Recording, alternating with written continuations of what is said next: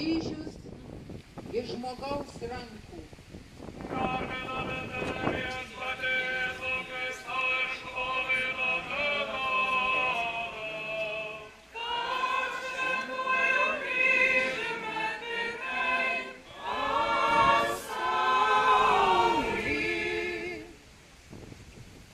Žmogus tave nuteisė, viešpatie.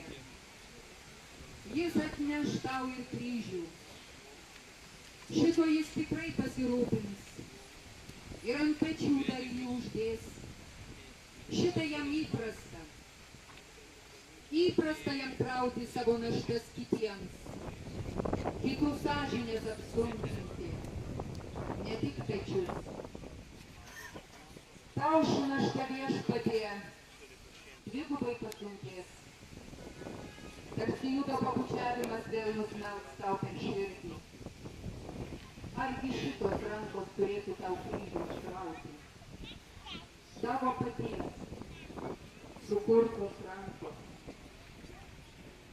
Ir vis dėlto viešpatie, suimsi šį kryžių iš žmogaus rankų. Imsi, nes taip tu jį pagydysi. Prieštaravimu žmogus dar labiau užmerktų savo akis ir nematytų, koks jis neteisingas. Jį pribloškia tik tyli ir kantri kitų kančia. Ir tu būsi kantrus, viešpatie. Tu imsi naštą iš žmogaus rankų ramiai ir maloningai.